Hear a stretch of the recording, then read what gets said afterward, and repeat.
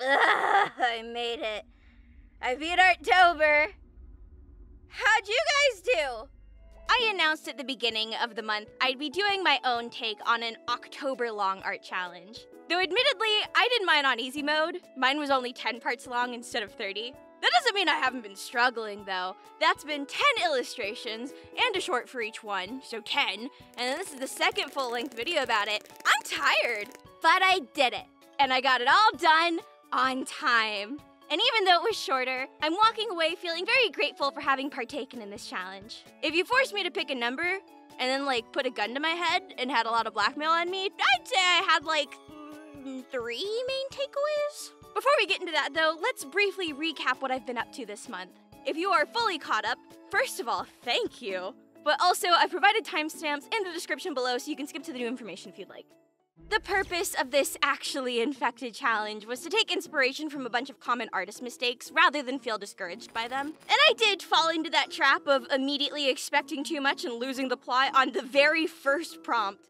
But I caught myself, and the rest of the challenge honestly went really well. Day 1, marker bleed. I used the bleed from alcohol markers to help me find weird shapes on both sides of my paper to draw horror versions of my mascot. Day 2, corrupted file. I took inspiration from a corrupted Clip Studio Paint file from a few years ago to make a new animation of 2 OCs glitching between each other. Day 3, misprint. I learned to carve stamps and then deliberately made some misaligned prints in cyan, magenta, and yellow to mimic a chromatic aberration effect. Day 4, scrapped. I fished out an abandoned sketch from a few years ago and gave it new life. Day 5, spilled ink. I smeared a bunch of marker and pen ink over paper and drew on top of that. Day 6, analog film. I made an illustration with some OCs as if they took a photo that developed with a few errors. Day 7, broken model. I drew a bunch of monsters inspired by technical errors from 3D animated Disney and Pixar films. Day 8, tangled thread. I drew my OC finger knitting himself a bunch of guts out of tangled yarn. Day 9, blue screen. I made an illustration based on some old lingering fears I have of my computer being out to get me. And day 10, anomalies. I redrew a character I designed in 2012, but I kept all the old anatomy mistakes as deliberate anatomy quirks. And we will get into why I'm so happy I drew all of those after a quick word from today's sponsor. This video is sponsored by Skillshare. When it comes to making videos, it can be a game of what an audience will or won't notice. Sometimes we need to compromise on the visuals or number of DPV, drawings per video, in order to make a deadline. You guys don't always catch these cut corners, but one thing that people always notice, without fail, is when there's no music. Our sound tech, Leo, is incredible. He's composed almost every song we've got. If you've ever heard a track that you really liked, like the one for Volseron, that was all him. It's impossible to overstate how important he is to the process. It's literally the part everyone notices right away if it's gone. Making recognizable or iconic tracks is no simple feat, but it's so worth the effort to do it yourself. So I'm happy to present the class Music Theory for Songwriters from Beginner to Producer by Mike Barnes, a class for the aspiring musician that focuses on the practical side of things by breaking down chords, keys, and basically making everything that seems so overwhelming about music accessible to the average person. Mike does a great job at making an intimidating topic seem friendly, and it covers skill levels from beginner to intermediate. Best part, there's no need to know how to read music right away in order to engage with the class. That can always come later. There's also the learning path, Learn the Fundamentals of Music Production by Don McLennan, which is one of the music-oriented paths that could help expand on the concept you'll have already explored through Mike's class. Don't want to make the next backing track for #1 pop digital princess Hatsune Miku? No problem! There are a plethora of other classes and paths to explore for things like photography, 3D animation, cooking, writing, coding, sewing, or just not finishing one of your creative projects before you've even started it.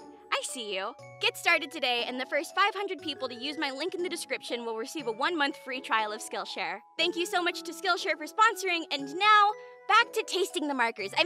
Back to the challenge.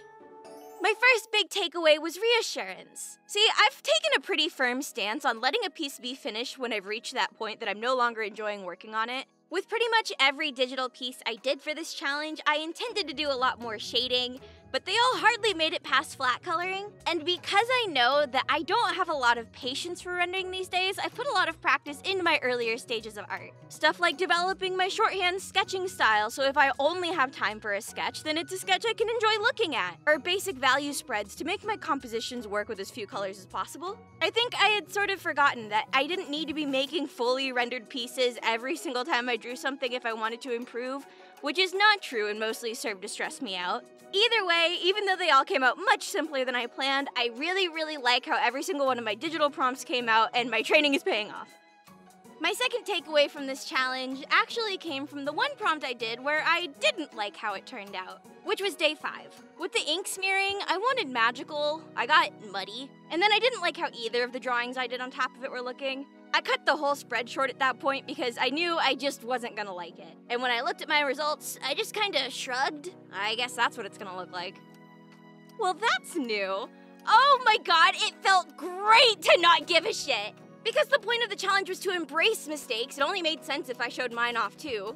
Which is a relief, I gotta do like 10 of these bitches, I don't really have time to be redrawing things. Plus, the drawings themselves aren't really my prompt submissions, the videos are. And in that video, I was gonna show off my funny little dogs, and it was gonna be more interesting to listen to anyway if they didn't all go perfectly. The short itself is still gonna be good, so the bad drawing's no big deal. It took so much pressure off of me in that moment that I am now kind of fond of how day 5 came out. There's this go-to piece of advice that I've been giving people lately, and I think complements this point very well, so I'm gonna go ahead and give it again. But I think you should be watching sketchbook tours from all levels of artists, experts to beginners. Really cozy up and give one your majority attention every now and then. But watch lots of sketchbook tours. They're all so different because people think really differently and we all have different relationships to our art, but they're also very similar in a lot of ways. Because as you watch, you'll start picking up on what the universal artist experiences are. One of them is that artists across every skill level will reach pages where they'll say, oh, I really don't like how this looks, don't look at this one. And 8 times out of 10, the difference is imperceptible to the audience. I think it's hard for us artists to divorce what we actually drew from the way we imagined it in our heads. And we're bad at interpreting those feelings of frustration. But just because something turned out differently from how you wanted doesn't mean it's bad. And in fact, if you don't personally tell people you don't like it, they might never know it wasn't all according to plan. And if most people can't even tell, it's really not that big of a deal in the end, now is it? Day 5 may be the illustration I liked the least, but in the end, it's the day I appreciated the most. The last thing I got from this challenge was freedom. The freedom to fuck around and find out and explore a concept from every side until I've settled into a nice cozy spot with an idea that I'm happy to carry for as long as it serves me. And I know, okay, I keep learning this, but sometimes it takes learning a hard lesson over and over until you can literally mold your brain into the proper shape for these things to become second nature instead of something that occurs to you halfway through the process. I'm not the only one who does this. Experiences are not unique. Do not at me. But seriously, feeling myself break away from the expectations and anxieties that come with being an artist in the public eye has been such a weight off my shoulders. And remembering that I'm free to explore what I like as much as I want has done wonders for my design sense. I've been so in my concept art era lately, and it makes me want to go even wilder with shapes in my characters just to see what happens. So I did some new sketches of Rey where I was just sticking around, tried combining the bows with their wings to see how that would vibe with their silhouette changes, adding more bug-like features. That would add to the fairy look, right? So we've got a few of these little ribbon antennae. Ooh, love those. And I'm toying with putting the jacket back on because as annoying as it can be to draw, they were kind of cramping my current era Lycian Lily style, so I thought, let's just drop it off the shoulders a little. Like a peek at a scandalous Victorian ankle, why not?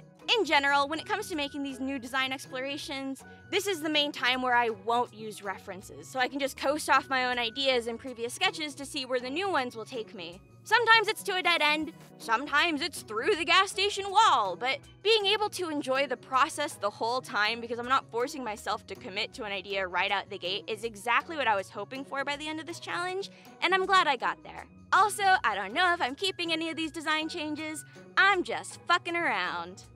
If you joined in the challenge at any point alongside of me, thank you so much. I really didn't expect that many people, and a lot of you guys blew me away, and all of them made me really happy. To celebrate at the end of the challenge, we're going to be doing one more public live stream on Halloween, starting at 4 p.m. CST. We'll be taking a look at all of your beautiful artwork, carving digital pumpkins, drawing your OCs, and even doing some enamel pin giveaways as stretch goals for selling our spooky new sweater. It's the last day pre-orders will be available, so get it before it's gone, because it'll be gone for good.